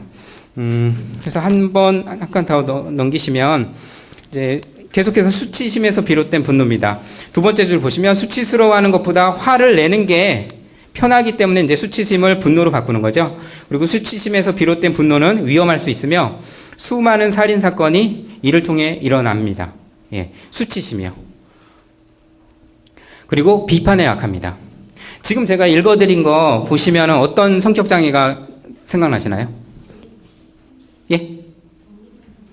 경계선이요? 그런 부분도 있을 수 있겠네요. 저는 이제 저를 봤거든요. 예? 반사회요? 그러니까 저는 이제 편집성 성격 장애로 봤거든요. 제가 비판에 굉장히 약하고 남들이 어떻게 나에 대해서 평가를 할까 눈 크게 뜨고 귀 크게 뜨고 보는 스타일이거든요. 그래서 그럼에도 불구하고 이렇게 발표를 하는 이유는 우리 발표자분들 다 아시겠지만 까임 방지권이 있어서 발표를 하게 됐는데 그럼에도 불구하고 편집성 성격 장애가 짙은 사람들은 그래도 의심을 해요. 아마 속으로는 뭐 할지 몰라. 혹은 이거 다 발표가 끝나고 나면 나중에 자기들끼리 뭐라고 할지 몰라. 어떤 그런 게 편집성 성격 장애죠. 그러니까 자기가 무시당한다고 생각을 하고 어떤 이런 수치심이 내재되어 있기 때문에 이게 언제든지 분노 폭발할 수 있다라는 부분입니다. 그리고 다음 6번째도 중요합니다. 분노 폭발의 유형에서 지금 방금 말씀드린 수치심도 중요하고요. 지금 말씀드린 버림받음. 이건 내용 필요 없어요. 내용 필요 없습니다. 노래만 보시면 돼요. 예, 버림받으면 뭐죠? 날 떠나지 말라는 거죠. 박진영의 노래 보시면 되고요. 그러니까 이 날 떠나지 말라는 의미, 그러니까 버림받을 것에 대한 공포, 두려움인데요. 이거보다 조금 더 세게 나가볼까요? 날 떠나지 마. 이거보다 더 센 노래가 뭐 있죠? 네? 가지 마요. 조금만 더 크게. 가지 마요. 그거 죄송합니다. 잘 모르겠어요. 그러니까 서태지와 아이들의 필승. 난 버림받았어. 아시죠? 예. 한마디로 얘기하자면 보기 좋게 차인 것 같아. 예, 차였어요. 차이면 어떤 사람은 우울할 수 있고 어떤 사람은 불안할 수 있고 서태지와 같은 사람은 분노 표출입니다. 예, 분노 표출. 그래서 이렇게 음악으로도 우리 분노 폭발을 설명할 수 있다. 그리고 우리 생활뿐만이 아니라 아까 제가 5명 중에 1명이 분노 폭발을 경험한다는 것을 말씀드린 것처럼 우리 어떤 전반에 많이 걸쳐 있다. 음악에서도 충분히 이 부분이 설명이 될 수가 있으니까요. 그리고 원인입니다. 원인도 특징하고 같이 이해할 수 있는데요. 이제 풍선을 비유하면 풍선 안에 우리 감정이 있어요. 우리 마음이 있는데 보통 사람들은 우리 마음을 잘 담아두죠. 근데 이제 분노 폭발의 유형이 강한 사람들은 이 과부하 상태를 좀 두고 있다가 언제 터질지 모르는 겁니다. 터져요. 풍선이 터진다고 보시면 돼요. 보통 사람들은 계속 불다가도 터질 것 같으면 안 하죠. 그냥 분노하고 말아요. 그냥 이렇게 어떻게 이렇게 해소한다거나 하는데 좀 이 부분에 약한 사람들은 풍선을 비유했을 때 풍선을 터뜨리는 경우로 이해하면 되겠습니다. 계속해서 원인입니다. 그러니까 분노의 원인은 무척 다양하기 때문에 누군가에게는 원인이 될 수 있는 게 다른 사람에게는 아무 의미 없는 요인이 될 수 있습니다. 우리가 이제 상담 심리학 보면서 원인 부분 많이 배우죠. 그러니까 뭐 뇌 이상이나 유전, 이거는 이제 생물학적인 측면이고요. 정신 분석, 어린 시절 양육 경험, 이런 걸 제가 일일이 이렇게 설명하면 재미없겠죠? 설명 안 합니다. 오른쪽에 3개에 대해서 설명을 할게요. 아까 아버지가 아들을 죽이려고 그랬어요. 아들을. 그러면 뭐냐면 이 3가지 부분으로 한번 말씀을 드려보면, 특히 앞에 인지적 입장, 독특한 10년 체계죠. 뭐냐면은 연락이 닿지 않았어요. 이건 뭐예요? A죠. 연락이 닿지 않았는데 A, B, C가 뭐냐면 아들을 죽이려고 그랬어요. 그러면 중간에 그 신념은 뭐였냐면 자신을 무시한다고 생각을 했어요. 자신을 무시한다고 해서 아들을 죽이려고 했던 거죠. 그러니까 독특한 신념 체계인데 이런 식으로 이해할 수 있고요. 그러다 보니까 이제 극심한 스트레스 그리고 감정적인 외상까지 있다 보니까 이제 행동으로 옮긴 건데 이제 술도 먹었겠다. 그래서 이 3가지가 복합적으로 이뤄진 사례라고 볼 수 있겠습니다. 아까 아버지는요. 원인을 보시면 맨 위에 칸을 볼게요. 분노는 전형적으로 분노를 표현한 결과 즉각적으로 강화받는 환경과 아울러 분노 촉발 사건과 그에 대한 해석이 통합되어 발생한다. 이거를 예를 들어서 설명을 하면요. 저희 어렸을 때는 아버지가 어렸을 때 저 놀다가 집에 들어오면 맞고 들어오지 마라. 차라리 애를 죽여라. 혹은 뭐 코피를 내든 뭘 하든 어떤 강화받는 환경이죠. 예, 그런 환경 속에서 실제로 그런 어떤 촉발 사건하고 벌어지면은 이제 이게 인지적으로 강화가 되는 겁니다. 예, 이런 원인에서 이제 분노 폭발이 이루어지고요. 3번째 줄 보시면 대부분의 분노 사건은 원하지 않는 타인의 행동이라고 보고됩니다. 당연히 원하지 않는 타인의 어떤 행동에 의해서 분노가 발생이 되겠죠. 그게 이제 한 80%를 차지하는데, 그럼 나머지 20%는 어떤 게 있을까요? 조금이니까 무시해도 될까요? 그러니까 예를 들면, 우리 언론에서 나왔던 어떤 벤츠를 부신다거나, 예. 그러니까 꼭 사람하고도 연관되지 않은 일도 있다는 겁니다. 그리고 이제 종합을 해보면, 이 슬라이드에 대한 종합입니다. 이 슬라이드에 대한. 사람들은 한때 잘 알고 좋아했던 사람들이 원하지 않고 예상하지 못한 행동을 반복적으로 했을 때 가장 많이 화를 냈다. 예. 한때 우리 결혼할 때 배우자에 대해서는 알고 좋아했죠. 한때. 하지만 지금으로 바꿔보세요. 지금으로 바꾸면 얘기는 좀 달라질 겁니다. 그때는 예상하지 못한 행동, 그러니까 한때는 그렇게 했을 때 이뻤지만 배우자가요. 지금은 아니라는 거예요. 그러니까 그거를 지금으로 조금 바꾼다고 하면 이 부분도 좀 이해하는 데 도움이 될 것 같습니다. 지금 시간이 없어가지고 치료로 바로 넘어가겠습니다. 치료 보시면 저는 3가지 관점으로 봤습니다. 이제 예방적인 관점. 제가 이제 개인적으로 청소년 상담으로 진로를 잡아가지고 예방적인 관점에 중시하고요. 2번째 인지행동적 관점. 3번째 현실적인 문제를 다뤄보고 싶어서 그랬는데요. 일단은 예방적인 관점에서 사회성 훈련과 자기주장 훈련이 매우 중요하다고 생각이 돼요. 그러니까 친사회적으로 대인관계를 잘 만드는 건데 무조건 뭐 타자를 좋아하는 게 아니라 나를 표현할 수 있어야 되겠죠. 나의 목소리. 근데 그게 어렸을 때부터 이렇게 교육이라든가 어떤 환경이 뒷받침돼야 되는데 그렇지 못했을 때 상대방이 어떤 게 나한테 반응하느냐에 따라서 내가 화를 낼 줄도 알아야 되고 혹은 내가 나의 잘못을 지적하면 받아들일 수 있어야 되는 그 부분이 잘 안 된다는 겁니다. 그렇다 보면 이거는 나중에 갈수록 분노 폭발로 연관이 될 수가 있고요. 저도 이 부분이 많이 미흡해서 이렇게 했고요. 2번째 인지행동적 치료, 수용 전념 치료는 치료법이라고 한다면 분노 폭발에 대해서 치료법이 있다면 여러 가지가 있겠죠. 다양하게. 근데 제가 생각하는 관점은 여러 가지 다 다룰 수가 없잖아요. 그래서 가장 강력하게 생각하는 게 인지행동적 치료고 액트입니다. 수용 전념 치료요. 실제로 수용 전념 치료는 제가 1년 전에 이제 좀 그 전환 증상이 왔었어요. 여기 경련이 일어날 정도로 굉장히 억울하고 분노가 치밀고 화가 나고 했었는데 수용 전념 치료 그냥 받아들이는 거예요. 그때는 수용 전념 치료가 뭔지도 몰랐어요. 지금도 잘 모르지만 그냥 느끼는 거예요. 그냥 바라보고 그러면 이게 치료가 되더라고요. 굉장히 놀라운 경험을 했었는데요. 그래서 나름대로 수용 전념 치료에 대해서 애착을 갖고 있습니다. 세 번째 현실적인 문제의 접근인데요. 제가 이제 유성준 교수님의 그 책을 읽으면서 이제 액트의 용서적인 부분을 이해가 안 되더라고요. 물론 한 번 읽어가지고 이해한다는 건 말이 안 되는데, 그래서 어떤 이런 지금 우리 시대에서 어려운 분들을 입장에서 이렇게 생각을 해봤을 때 정말 용서적 관점이 치료가 될 수 있을까라는 의문이 들었습니다. 이거는 조금 더 생각을 해보고요. 저도 조금만 오바를 해보도록 하겠습니다. 학습 전략인데요. 저는 이거를 굉장히 적극적으로 활용을 했습니다. 세 가지 관점이에요. 첫 번째는 상담의 과정과 기법에서 초점 맞추기. 초점 맞추기가 뭐죠?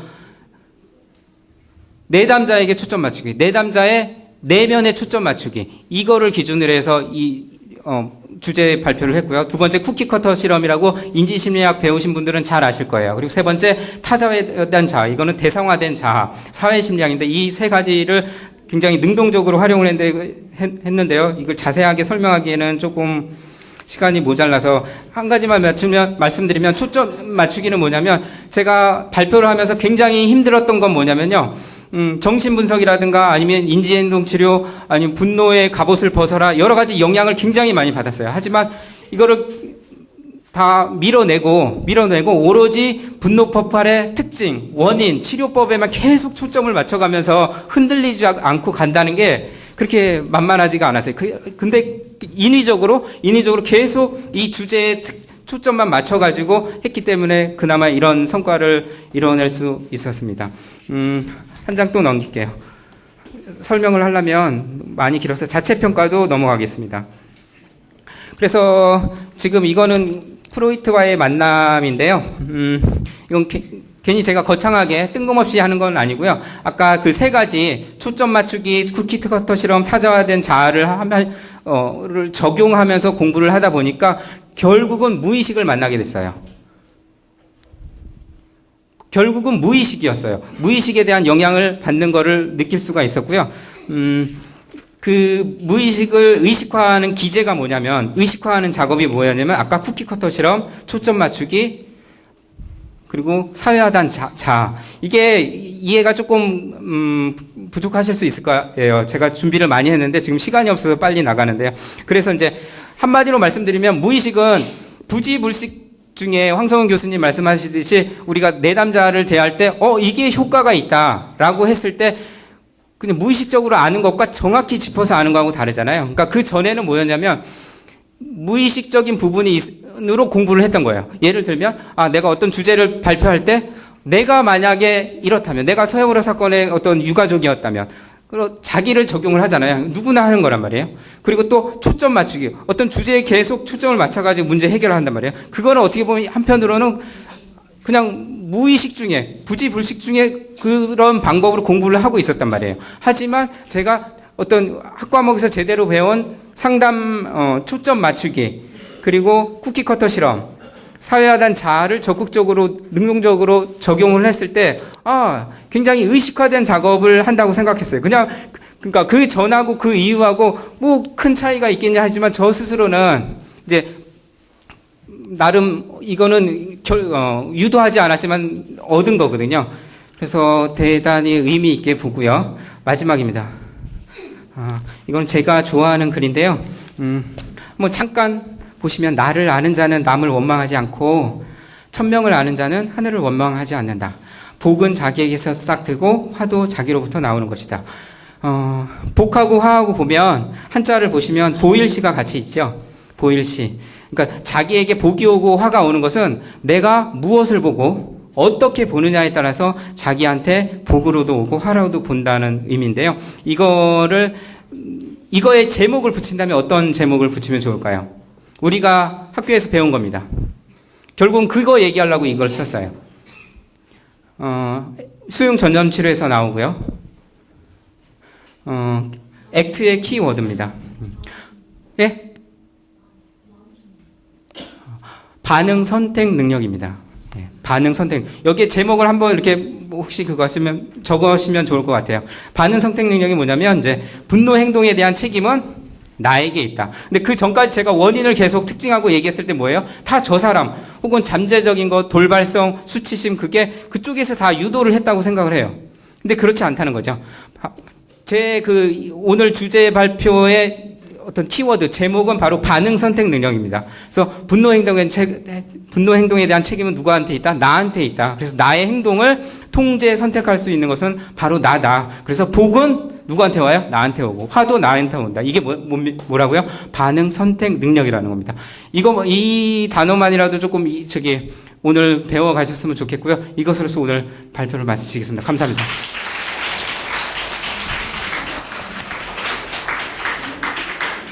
네, 감사합니다. 이제 2부 발표 마지막 발표자이신 황성아 학우분의 발표를 들어보도록 하겠습니다. 네, 안녕하세요. 저는 제6회 학습전략 경진대회 마지막 발표자로 이 자리에 서게 된 지금 12학번이고 상담심리학과 4학년에 재학 중인 황성아라고 합니다. 제가 어제 이 자료를 저희 조교 선생님 메일로 보내면서 마지막만 아니었으면 좋겠다 그런 마음을 가지고 보냈는데요. 항상 우리의 슬픈 예감은 틀리지 않는 것 같습니다. 네, 좀 마지막이어서 집중도도 많이 떨어지시고 많이들 지치셨을 것 같아요. 저도 기다리면서 엄청 지쳤고 저 스스로 발표 불안이 좀 극복이 됐다고 생각을 했는데 굉장히 많이 떨고 있는데 좀 이렇게 넓은 아량으로 제 발표 집중해 주셨으면 좋겠습니다. 네, 이거 안 넘어가네요. 네. 제가 준비한 발표 주제는 상담 첫 회기에 진행하는 구조화의 핵심적인 요소와 구체적인 방법은 무엇인가입니다. 간단히 얘기해서 구조화에 대한 발표라고 생각하고 들어주시면 될 것 같은데요. 사실은 구조화라는 개념 자체가 조금은 그냥 이론적으로 다가오는 느낌도 많이 들고 이럴 것 같아서 제가 현재 인턴 생활을 하고 있는데 인턴 생활을 하면서 경험한 부분을 조금 중심으로 해서 발표를 진행하도록 하겠습니다. 발표 순서는 크게 3개 파트로 나눠지는데요. 우선 상담의 정의, 과정, 상담의 첫 회기에 대해서 간략하게 언급해 드릴 거고요. 그리고 오늘의 주제인 구조화에 대해서 의미와 요소, 방법, 기능, 그리고 제가 생각하는 오해와 진실에 대해서 간단하게 알려드리고 마지막으로 제가 진행했던 구조화 사례 추고록을 한번 살펴보는 것으로 오늘의 발표를 마감하려고 합니다. 네, 여기서 제가 본격적으로 들어가기 전에 돌발 질문을 하나 드리겠습니다. 내가 생각하는 상담이란? 저희 사실은 자기 의견 얘기를 해주실 학우님 혹시 있으신가요? 저희 이렇게 질문 주고받고 이런 거 별로 안 좋아하잖아요. 근데 오늘 그래서 제가 교수님들한테 질문을 드리고 싶은데요. 네, 교수님, 저 눈을 황 교수님 계속 바라보고 계신데 감점이라고 얘기해 주셔서 황 교수님께는 질문을 안 드리고 이 교수님 딴짓하고 계신데요. 유성진 교수님 딴짓하고 계신데 교수님께서 생각하시는 상담은 무엇인지 한 단어로 말씀해 주시면 되게 좋을 것 같아요.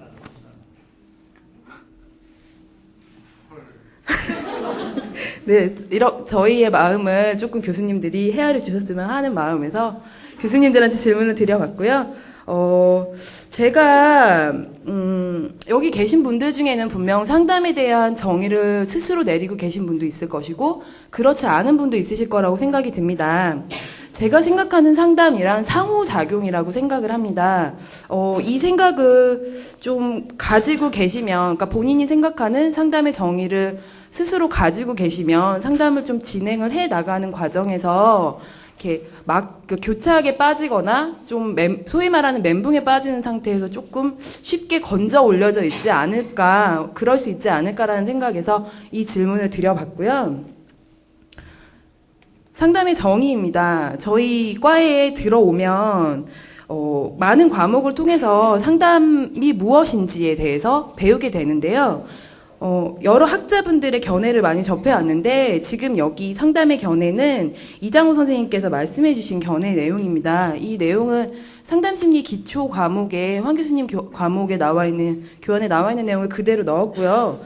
그런데 이거를 보시면 뭐 관계 나오고 인지적 성장 나오고 이러는데 이거 한 번에 보고 사실은 이해하기가 저희도 쉽지 않습니다. 근데 상담을 한 번도 접해보지 않았던 내담자들에게 있어서 상담은 어떤 의미를 가질까요? 여기에 두 가지 의견은 제가 실제로 내담자에게 상담이 무엇이라고 생각하는지에 대해서 물어보고 그에 대한 답변을 받았던 것입니다. 첫 번째 보시면 첫 내담자 A씨는 이게 좋을 것 같다 이런 식으로 삶의 길을 알려준다 그런 느낌이 강했다라고 얘기를 했고요. 그리고 내담자 B씨는 뭐가 고민이 생겼거나 혼자 힘으로 해결하기 어려울 때 도움을 요청하고 도움을 받을 수 있는 게 상담이라고 생각을 하고 있습니다. 근데 저희가 배울 때는 그렇게 배우지 않죠. 우리가 해결책에 대한 키워드는 저희가 가지고 있는 게 아니라 내담자가 가지고 있고 저희는 길을 제시를 해주고 스스로를 탐색할 수 있는 방법들을 알려주는 걸 상담이라고 배웁니다. 이렇게 상담이라는 의미 자체에서도 견해 차이가 큰데 이 견해를 줄일 수 있는 방법, 가장 기초공사를 할 수 있는 방법이 바로 구조화입니다. 그래서 그만큼 구조화가 중요한 건데요. 일단은 구조화에 대해서 보시기 전에 상담의 전체적인 과정을 먼저 보여드리겠습니다. 이거는 보시면 다들 아실 거예요. 이것도 마찬가지로 상담심리 기초 과목에 나와 있는 표를 제가 재편집해서 나온 거고요. 여기에는 홍경재 선생님께서 제시하신 상담의 흐름, 그리고 이장우 선생님께서 제시하신 흐름, 그리고 힐과 오브라이언이 제시한 흐름 세 가지가 하나의 표에 들어가 있습니다. 이건 그대로 한번 보시면 될 것 같고요. 이렇게 많은 상담 프로세스 내에서 오늘 이야기할 구조화는 첫 회기에 포함이 되어 있습니다. 그럼 첫 회기에 하는 일은 뭐가 있을까요?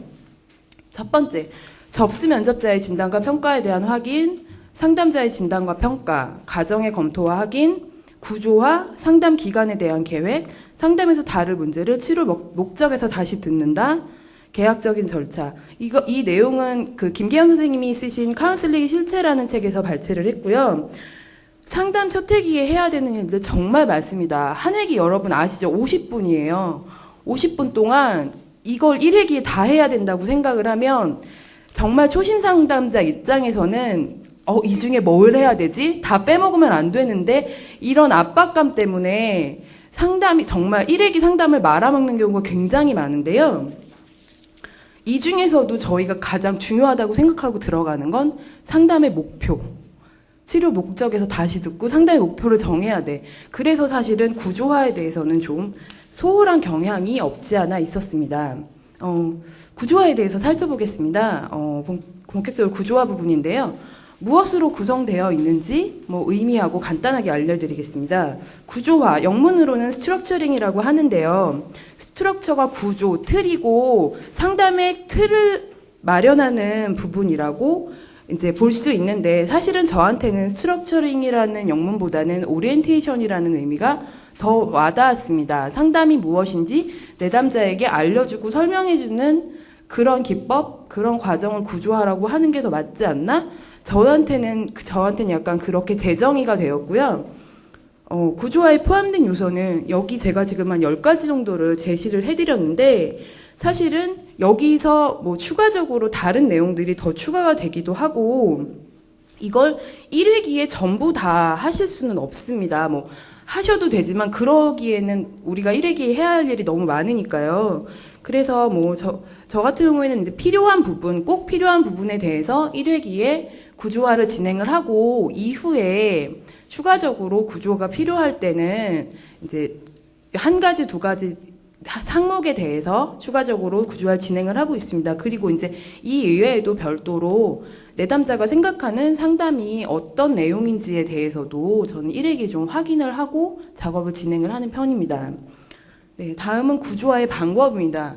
구조화, 뭔지는 알겠는데 어떻게 해야 할까? 구조화는 제가 활용하는 방법은 크게 두 가지인데요. 첫 번째는 지금 현재 센터에서 사용하고 있는 개인 상담 안내서라는 걸 통해서 이걸 같이 짚어서 읽어주면서 상담의 정의가 어떻게 되고 내담자의 역할이 어떻게 되고 회기 시간이나 횟수 상담에 오지 못할 경우에 사전에 어떻게 연락을 해야 되는지 그리고 뭐 종결이 자동 종결이 이루어지는 것 등에 대해서 안내를 합니다. 사실 이게 인쇄물 상태로는 잘 보이지는 않는데 그냥 이런 양식이 있고 이거는 사용하는 센터마다 조금씩 양식의 차이는 있기 때문에 그 부분은 고려해서 봐주시면 될 것 같고요.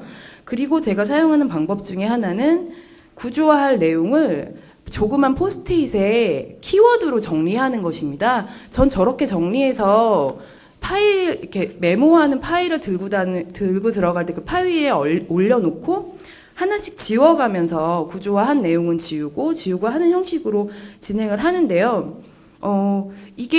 이거 그 안내 폼을 보고 읽으면 빼먹는 내용이 없어서 좋긴 한데 사실은 내담자를 관찰할 시간도 부족한데 내담자를 볼 시간이 없이 이 종이만 봐야 하는 좀 단점이 있을 수 있고 그리고 문구를 외워서 들어가면 티가 납니다. 전혀 자연스럽지가 않아요. 저희 나름 전문가인데, 나름 전문가라고 생각하고 있는데, 문구를 너무 외우듯이 하는 것도 좀 좋지 않은 것 같아서, 여러분들에게 제가 제안드리고 싶은 사항은, 중요한 키워드로 정리를 하시되, 그걸 자기 말로 연습을 해보는 거에 대해서는 제가 추천을 드리고 싶은 사항입니다.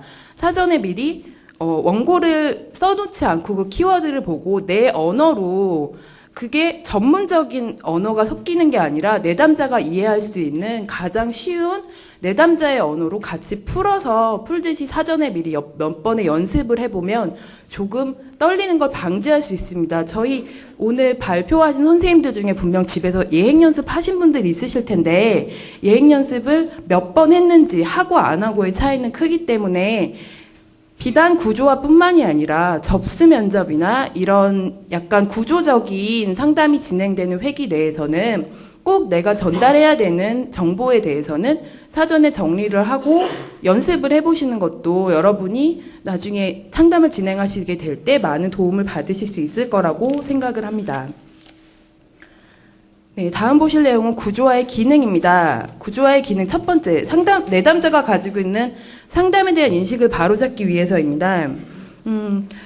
제가 첫 페이지에 내담자가 상담에 대해서 가지고 있는 정의에 대해서 보여드렸는데 그게 어떻게 보면 내담자가 상담에 바라는 기대라고 볼 수 있고 초반에 그 기대를 바로잡아주고 실제의 상담자가 가지고 있는 정의와 내담자가 가지고 있는 정의의 사이에 존재하는 이 불일치 부분을 좀 줄여주는 작업을 하지 않으면 두 번째, 상담이 안정적으로 진행되지 않을 수 있습니다. 내담자는 분명 이걸 원하고 왔는데 나는 상담자가 내 문제에 대해서 해결책을 제시해 주기를 바라고 왔는데 상담자는 내 얘기만 떠들라고 합니다. 50분 동안. 그러면 일단 내담자는 상담에 대한 거부감이 생길 수 있고 두 번째로 상담자를 불신하게 될 수 있습니다. 그리고 얘기거리가 다 떨어졌을 때 정말 상담이 산으로 간다는 느낌을 받으실 수 있기 때문에 구조화는 상담을 안정적으로 진행시킬 수 있는 기능을 가지고 있고요. 그리고 마지막 부분은 정말 있어서는 안 되겠지만 혹시라도 발생할 수 있는 윤리적이고 법적인 분쟁 요소에서 상담자를 보호해 줄 수 있는 최소한의 방어책이 되지 않나라고 생각이 듭니다. 구조화의 요소 중에 앞에서 보시면 상담 서약서를 쓰는 것도 있고 자살 방지 서약서를 쓰는 것도 있는데요. 그런 서류들이 일종의 계약서의 역할을 한다고 보시면 되고 그렇게 중요한 부분에서 사전에 내담자에게 고지가 나갔고 내담자도 인지를 하고 있었음을 서류상으로 존재하고 하지 않고 이걸 언급했고 하지 않고의 이후에 책임 문제에서 조금은 상담자가 물론 스스로 양심적으로는 내담자에게 무슨 문제가 생겼을 때 여기서 자유로우실 분은 없겠지만 그래도 혹시 발생할지 모르는 문제에 대해서 최소한의 상담자가 방어막은 가지고 있어야 되기 때문에 구조화는 중요하다고 생각이 됩니다. 네, 다음 부분은 구조화에 대한 오해와 진실입니다. 사실은 이건 제가 실제로 가지고 있었던 구조화에 대한 오해입니다. 첫 번째, 구조화는 다른 것에 비해서 덜 중요하다. 아까 말씀드렸지만 일에게 정말 해야 될 게 많아서 처음 상담에 들어갔을 때는 구조화가 해야 되지. 근데 대충 중요한 거 내담자 역할 회기 오는 거 몇 개만 하고 넘어가자 이렇게 했었는데 이게 나중에 결국엔 제 발등을 찍게 되는 결과를 가져오더라고요. 그래서 초심 상담자들이 1회기에 목표를 중요시하는 것도 물론 중요하지만 구조화를 제대로 해두면 향후 좀 길게 봤을 때 회기를 진행하는 데 있어서 도움을 줄 수 있는 일종의 예방주사 역할을 한다고 보시면 될 것 같습니다. 그리고 두 번째 오해는 구조화는 1회기에만 진행을 해야 한다입니다. 이거는 뭐 1회기에만 진행을 해야 한다라는 말보다는 다른 회기에 말을 꺼내도 되나? 이런 걱정? 그런 걱정이라고 보시면 될 것 같은데요. 실제로 상담이 막혔다는 생각이 들거나 추가적으로 필요한 내용이 있을 때는 언제든지 구조화에 관련된 내용을 언급하셔도 괜찮고요. 상담과 상담 사이 휴식기가 길었을 경우에는 재구조화를 하는 것도 하나의 좋은 방법이라고 합니다.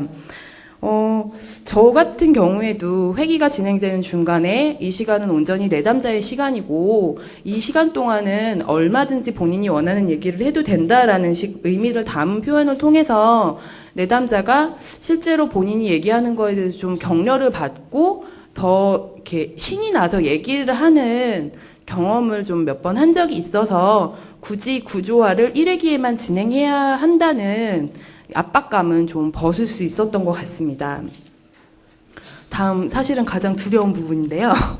네, 이 부분은 제가 실제로 현재 진행하고 있는 내담자의 현재 7회기까지 진행이 된 내담자의 사례이고요. 1회기 때 진행했던 구조화 부분에 추가록만 여기다 옮겨놨습니다. 내담자한테는 동의를 구했고요. 사용하는 거에 대해서 본인에 대해서 알 수 있는 정보는 전부 다 빠져있는 상태입니다. 예, 보시면 빨갛게 표시된 내용들만 간략하게 보고 넘어가겠습니다.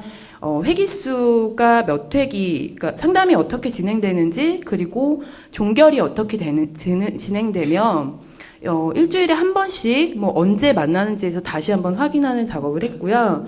그리고 상담 시간은 50분이고 지각할 경우에도 상담 시간이 연장되지 않기 때문에 시간 엄수에 대한 부분을 구조화했습니다. 그리고 늦게 그러니까 상담 시간의 변경을 원하실 경우에는 전화로 해주셔도 되고 메일로 주셔도 된다는 저희 센터 지침에 따라서 안내를 드렸고요. 연락 없이 오지 않는 횟수가 3회 이상 누적이 되면 자동으로 종결이 된다는 것도 이거는 센터마다 조금씩 규정이 다를 수 있으니까 이거는 참고로만 보시면 될 것 같아요. 그리고 비밀 보장의 원칙에 대해서 말씀을 드리면서 저희가 교육 목적으로 슈퍼바이저에게 자료가 좀 제공이 되는 경우가 있다라는 부분에 대해서 언급을 드렸고 타인이나 자신에게 해를 입힐 수 있는 상황에서는 비밀 보장의 원칙은 지켜지지 않을 수 있다는 것도 구조화를 드렸습니다.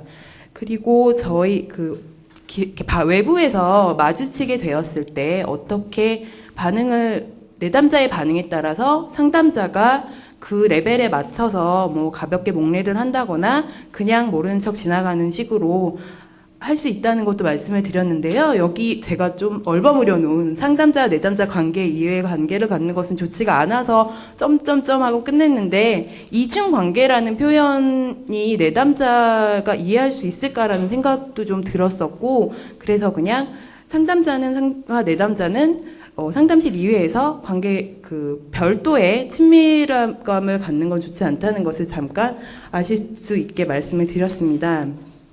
그리고 본상담에 들어갈 경우에는 이 부분은 이제 내담자 역할에 대해서 안내를 드렸었고요. 이게 좀 양이 많은데요.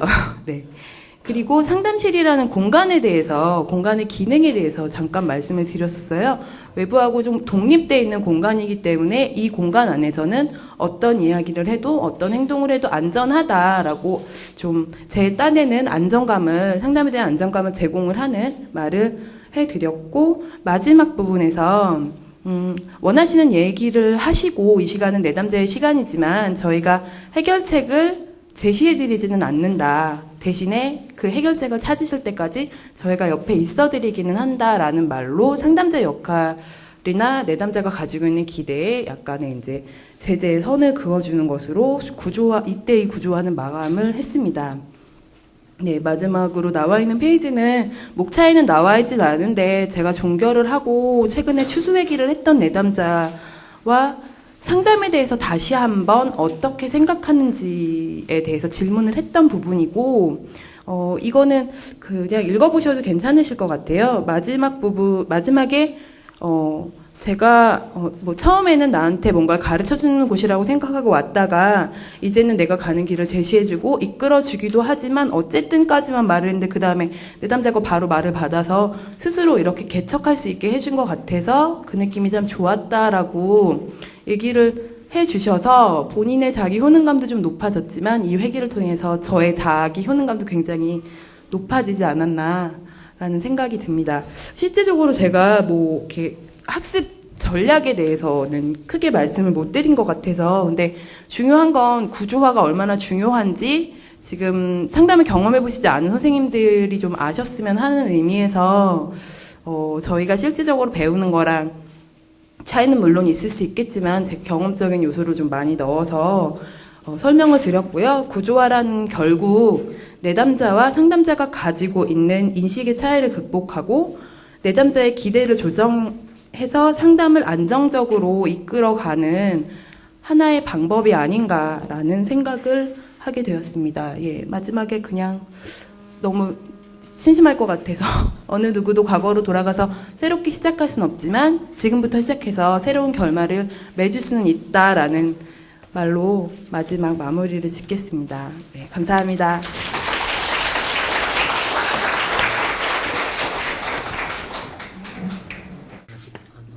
자, 일단 그 아까 말씀드린 것처럼 교수님들 세 분이서 평가를 쭉 했고요. 50% 반영하고 그다음 여러분들이 직접 스티커 붙여주신 거 50% 반영했습니다. 그래서 각 교실 인당 100점씩 모든 팀에게 배정을 했기 때문에 합치면 2,400점이에요. 그리고 여러분들께서 저기 약 160장의 스티커를 붙여주셨어요. 여기에 곱하기 15를 해서 역시 등가로 계산한 다음에 계산했다는 거 이해를 못하셨으면 공평하게 했다 이렇게 생각하시면 되겠습니다. 자, 그러면 먼저 장려상 수상하도록 하겠습니다. 송란희 아구님. 네.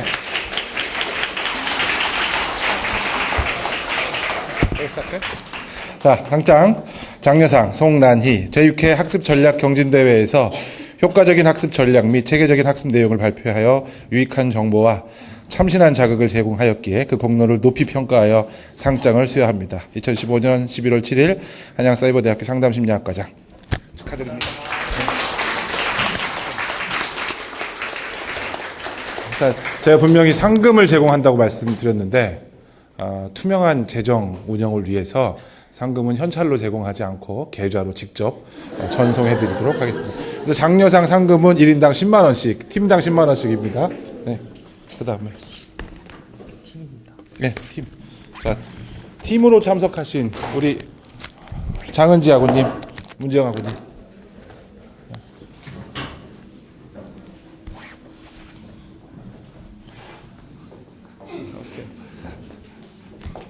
장은지 아버지 먼저 상장 장려상 장은지 내용 같습니다. 네, 감사합니다. 상장 이거 바뀌었는데 문지영 하고 해주세요. 네. 상장 장려상 문지영. 네. 네.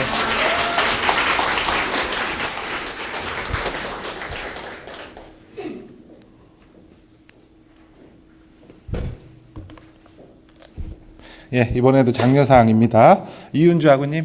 네. 네, 상장 장려상 이윤주. 수고하셨습니다. 네.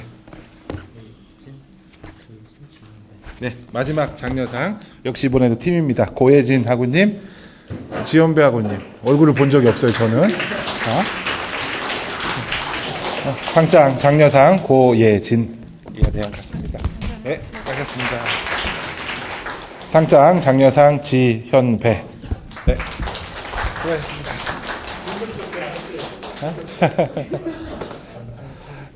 네, 이번에는 동상 두 팀이죠? 두 팀이고 각 팀당 15만 원씩 상금을 수여하도록 하겠습니다. 먼저 동상 황경화 학우님. 상장 동상 황경화 이하 내용 같습니다. 네, 수고하셨습니다.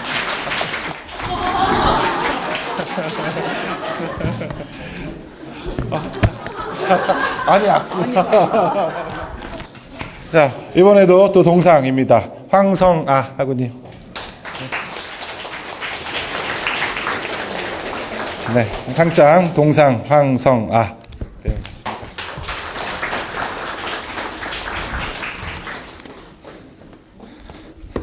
자, 미스 코리아 방식의 대미가 되겠죠. 금상과 은상, 딱지가 다릅니다. 금상은 금딱지, 은상은 은딱지 이렇게 되겠습니다.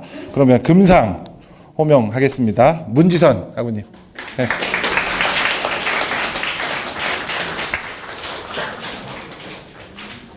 한 번 더 읽을까요? 금상이니까 상장, 금상, 문지선. 제6회 학습전략경진대회에서 효과적인 학습 전략 및 체계적인 학습 내용을 발표하여 유익한 정보와 참신한 자극을 제공하였기에 그 공로를 높이 평가하여 상장을 수여합니다. 2015년 11월 7일.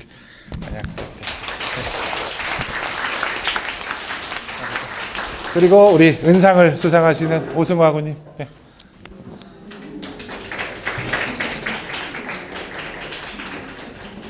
자, 은상이라고 길거리에 버리지 마시고 잘 가지고 가세요. 상장 은상 오승호. 네, 수고하셨습니다. 됐지? 네, 끝났습니다.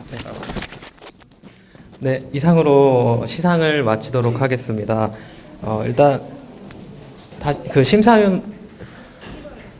심사위원으로 참석해주신 그 교수님들께 다시 한번 뜨거운 박수 부탁드립니다. 네, 그리고 오늘 행사를 위해 힘써주신 학생회 임원 여러분들께도 감사드리고요. 마지막으로 이렇게 궂은 날씨에도 풍성한 학문적 잔치가 될 수 있게 참여해주신 학우 여러분들께 다시 한번 감사의 말씀드립니다. 이상 제6회 학습전략경진대회를 마치도록 하겠습니다.